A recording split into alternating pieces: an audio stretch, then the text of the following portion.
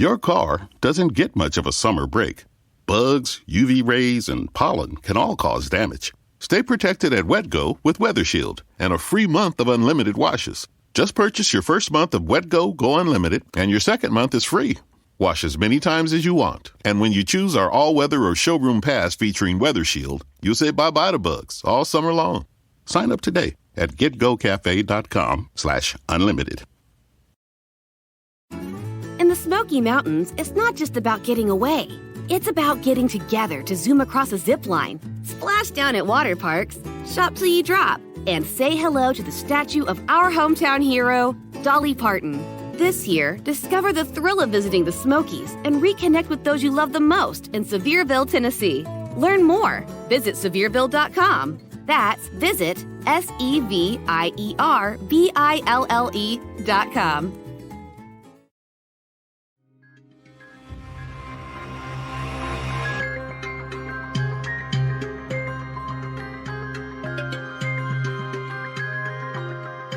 Again, the Israelites did evil in the Lord's sight. So the Lord handed them over to the Philistines, who oppressed them for 40 years. In those days, a man named Manoah, from the tribe of Dan, lived in the town of Zorah. His wife was unable to become pregnant, and they had no children. The angel of the Lord appeared to Manoah's wife and said, "Even though you have been unable to have children, you will soon become pregnant and give birth to a son. So be careful. You must not drink wine or any other alcoholic drink, nor eat any forbidden food. You will become pregnant and give birth to a son, and his hair must never be cut, for he will be dedicated to God as a Nazirite from birth. He will begin to rescue Israel from the Philistines." The woman ran and told her husband, "A man of God appeared to me. He looked like one of God's angels, terrifying to see. I didn't ask where he was from, and he didn't tell me his name, but he told me, 'You will become pregnant and give birth to a son. You must not drink wine or any other alcoholic drink, nor eat any forbidden food, for your son will be dedicated to God as a Nazirite from the moment of his birth until the day of his death.'" Then Manoah prayed to the Lord, saying, "Lord, please let the man of God come back to us again, and give us more instructions about this son who is to be born." God answered Manoah's prayer, and the angel of God appeared once again to his wife as she was sitting in the field, but her husband, Manoah, was not with her. So she quickly ran and told her husband, "The man who appeared to me the other day is here again." Manoah ran back with his wife and asked, "Are you the man who spoke to my wife the other day?" "Yes," he replied, "I am." So Manoah asked him, "When your words come true, what kind of rules should govern the boy's life and work?" The angel of the Lord replied, "Be sure your wife follows the instructions I gave her. She must not eat grapes or raisins, drink wine or any other alcoholic drink, or eat any forbidden food." Then Manoah said to the angel of the Lord, "Please stay here until we can prepare a young goat for you to eat."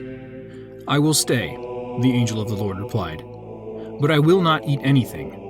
However, you may prepare a burnt offering as a sacrifice to the Lord." Manoah didn't realize it was the angel of the Lord. Then Manoah asked the angel of the Lord, "What is your name? For when all this comes true, we want to honor you." "Why do you ask my name?" the angel of the Lord replied. "Is it too wonderful for you to understand?" Then Manoah took a young goat and a grain offering and offered it on a rock as a sacrifice to the Lord. And as Manoah and his wife watched, the Lord did an amazing thing. As the flames from the altar shot up toward the sky, the angel of the Lord ascended in the fire. When Manoah and his wife saw this, they fell with their faces to the ground. The angel did not appear again to Manoah and his wife. Manoah finally realized it was the angel of the Lord, and he said to his wife, "We will certainly die, for we have seen God."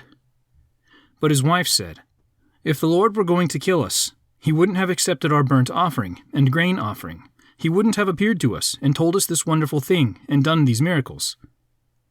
When her son was born, she named him Samson, and the Lord blessed him as he grew up, and the Spirit of the Lord began to stir him while he lived in Mahanadan, which is located between the towns of Zorah and Eshtaol. One day, when Samson was in Timnah, one of the Philistine women caught his eye. When he returned home, he told his father and mother, "A young Philistine woman in Timnah caught my eye. I want to marry her. Get her for me." His father and mother objected. "Isn't there even one woman in our tribe or among all the Israelites you could marry?" they asked. "Why must you go to the pagan Philistines to find a wife?" But Samson told his father, "Get her for me. She looks good to me." His father and mother didn't realize the Lord was at work in this, creating an opportunity to work against the Philistines, who ruled over Israel at that time.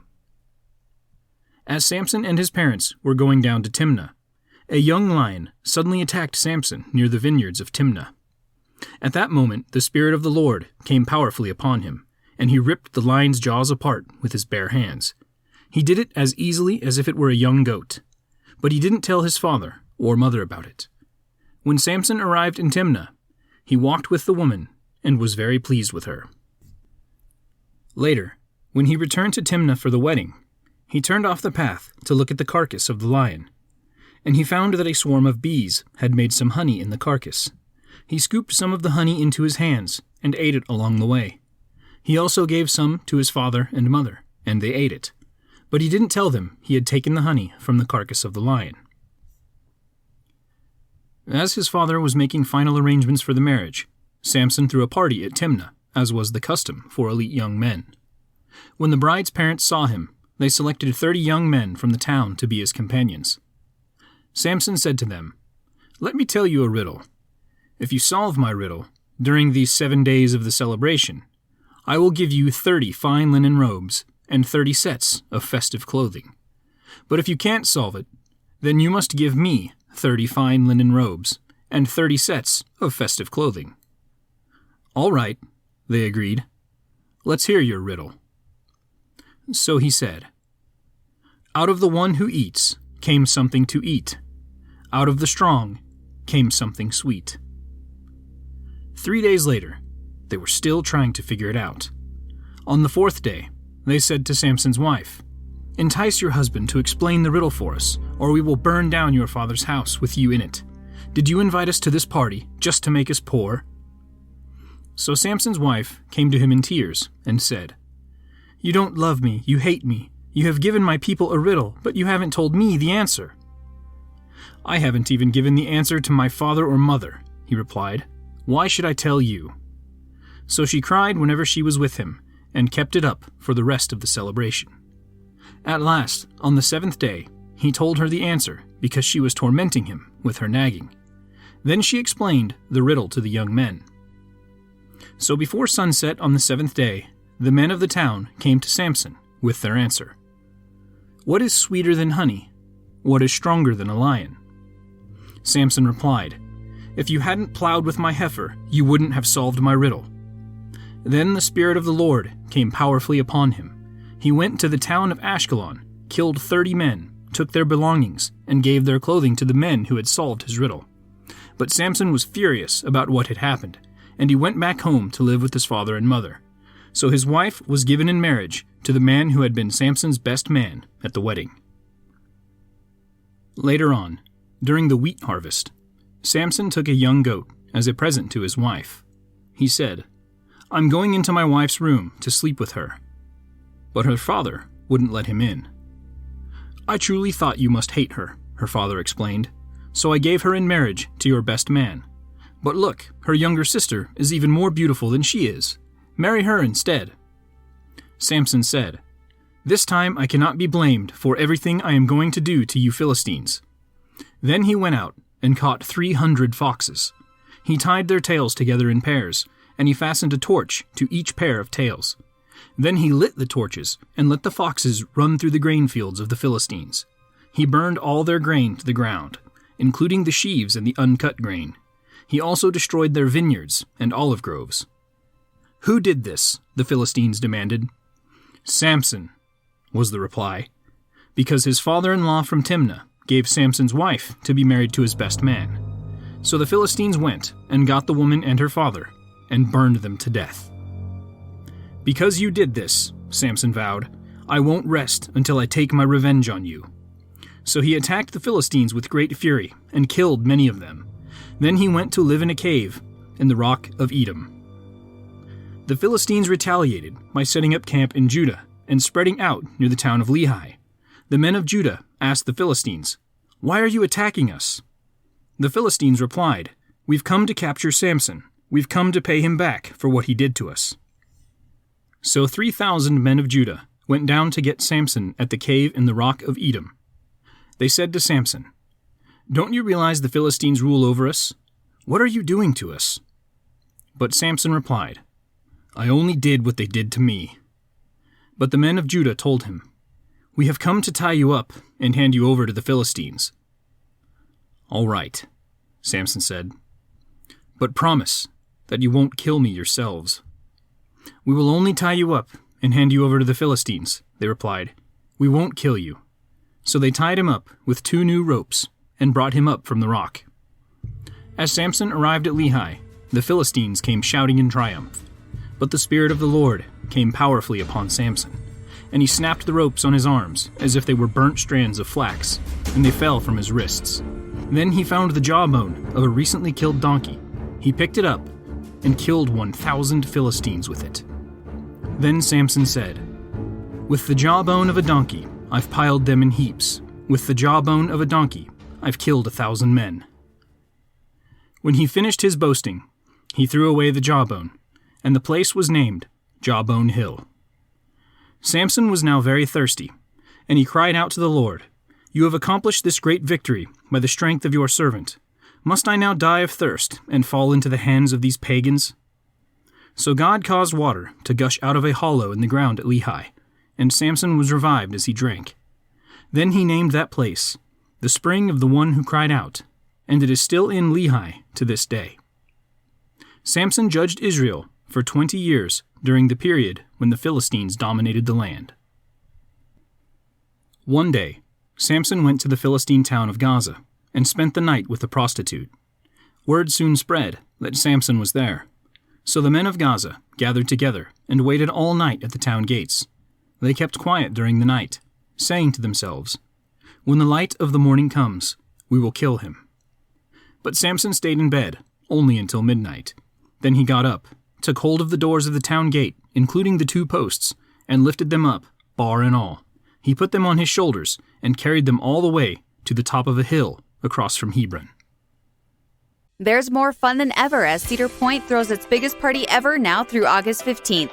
Witness the park's 150-year history in a spectacular nighttime parade. Enter every day for your chance to win a ticket of a lifetime. Ride on Snake River Expedition and taste your way around the point. Don't miss this once-in-a-lifetime celebration. Get your tickets at cedarpoint.com. No purchase necessary. Open to legal residents of the 50 United States and the District of Columbia who are 13 years of age or older. Void in Florida, New York, and where prohibited. Visit ticketofalifetime.com. Sponsor Millennium Operations, LLC, doing business as Cedar Point. At Speedway, no thirst goes unquenched, and that includes yours. Right now, any size Speedy Freeze or fountain drink is only 99 cents. Find your nearest Speedway at speedway.com/locations. Speedway. Summer happens here. Excludes maximum Speedy Freeze or fountain drink.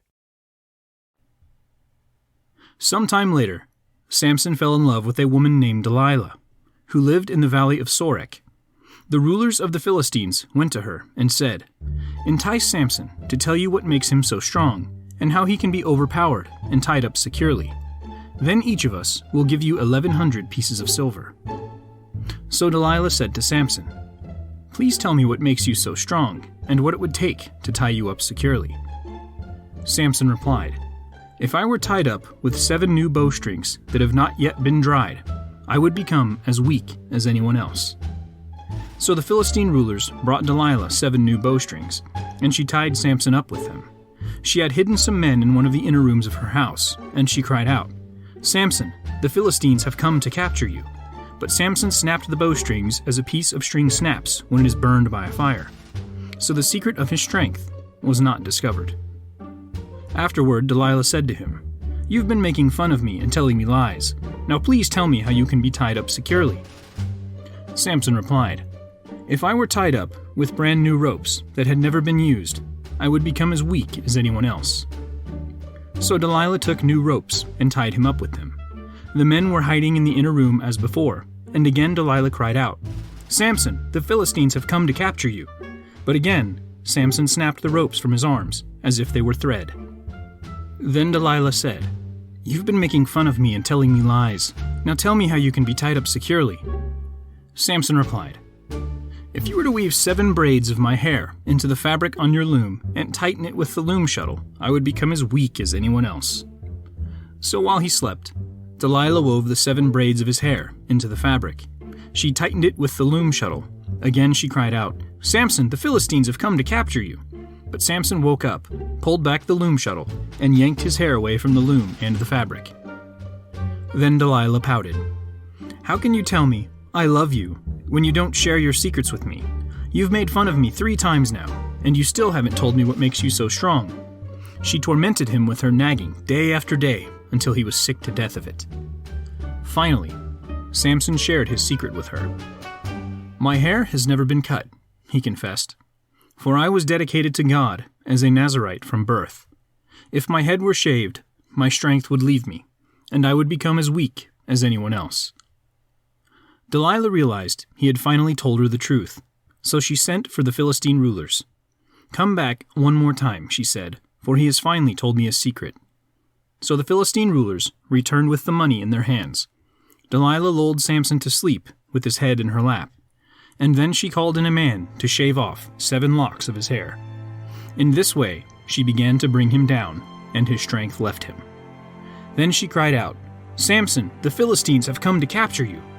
When he woke up, he thought, "I will do as before and shake myself free." But he didn't realize the Lord had left him. So the Philistines captured him and gouged out his eyes. They took him to Gaza, where he was bound with bronze chains and forced to grind grain in the prison. But before long, his hair began to grow back.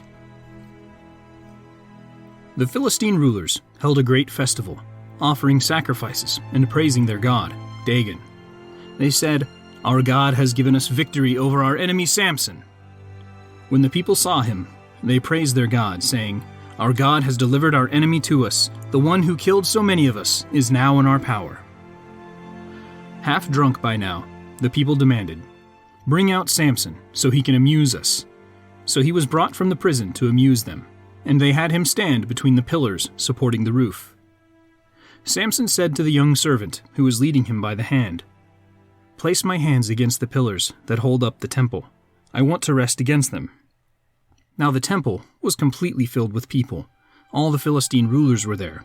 There were about 3,000 men and women on the roof who were watching as Samson amused them.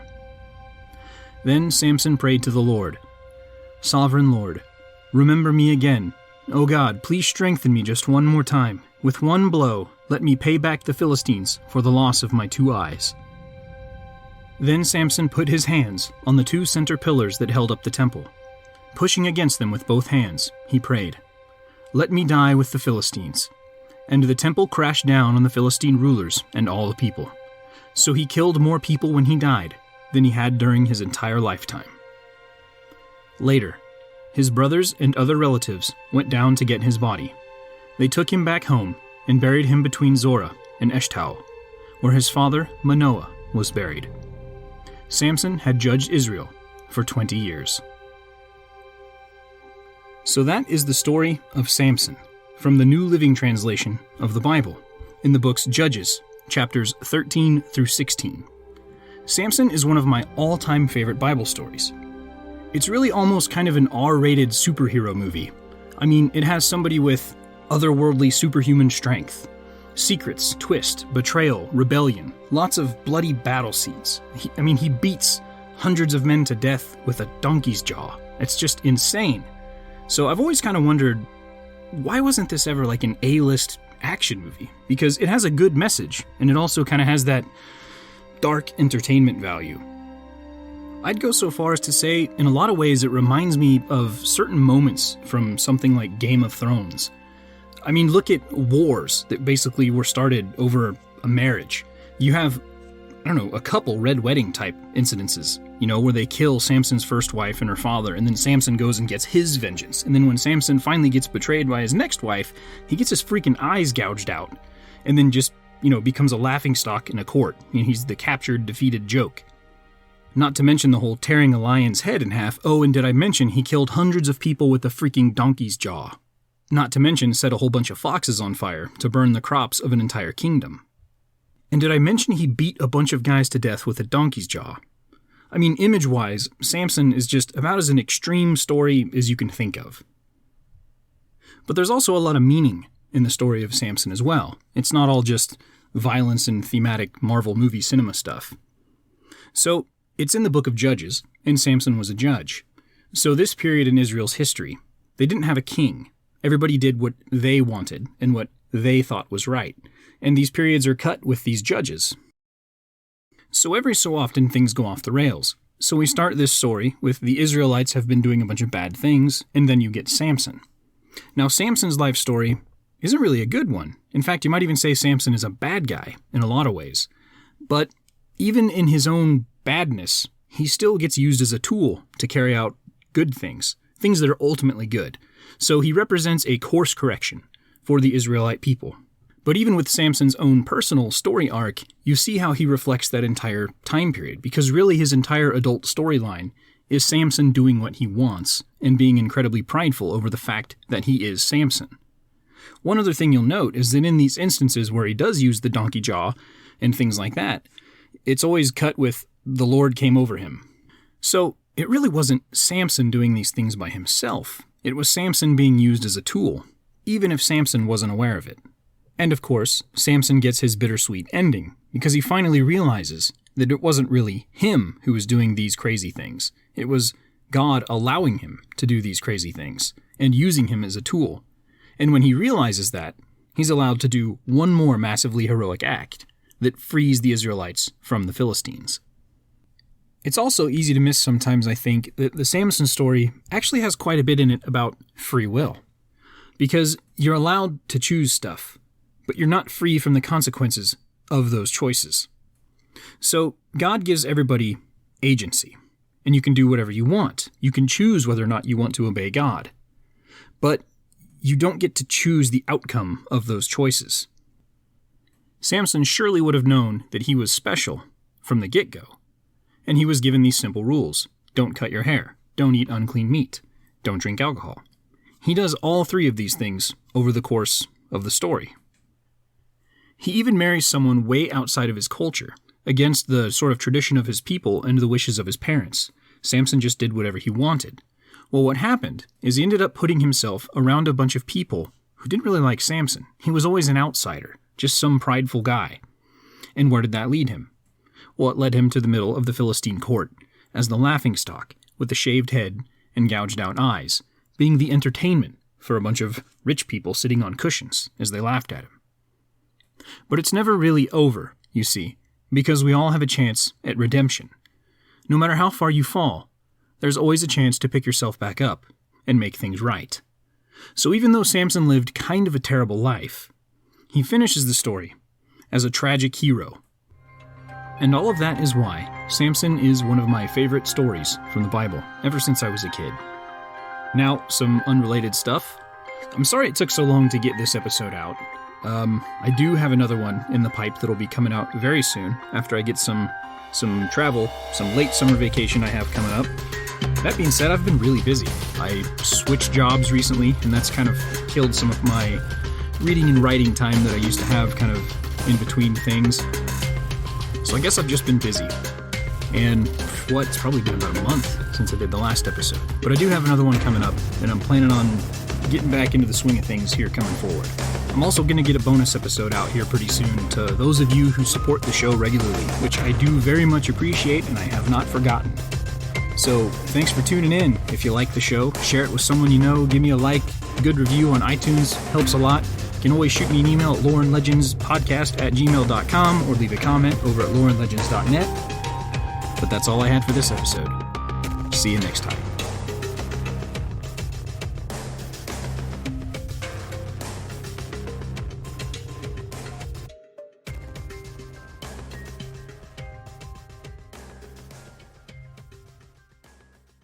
For the ones who get going when the going gets tough, and the ones who know we're tougher together. For the Pathfinders breaking new ground, Grainger offers supplies and solutions for every industry, as well as fast access to experts and 24/7 customer support. Because we know you have people depending on you, so you can always depend on us. Call, click Grainger.com, or just stop by. Grainger, for the ones who get it done. On the Disney Plus original series, Turning the Tables with Robin Roberts, it's the Robin you know and love, bringing you the stories you've never heard.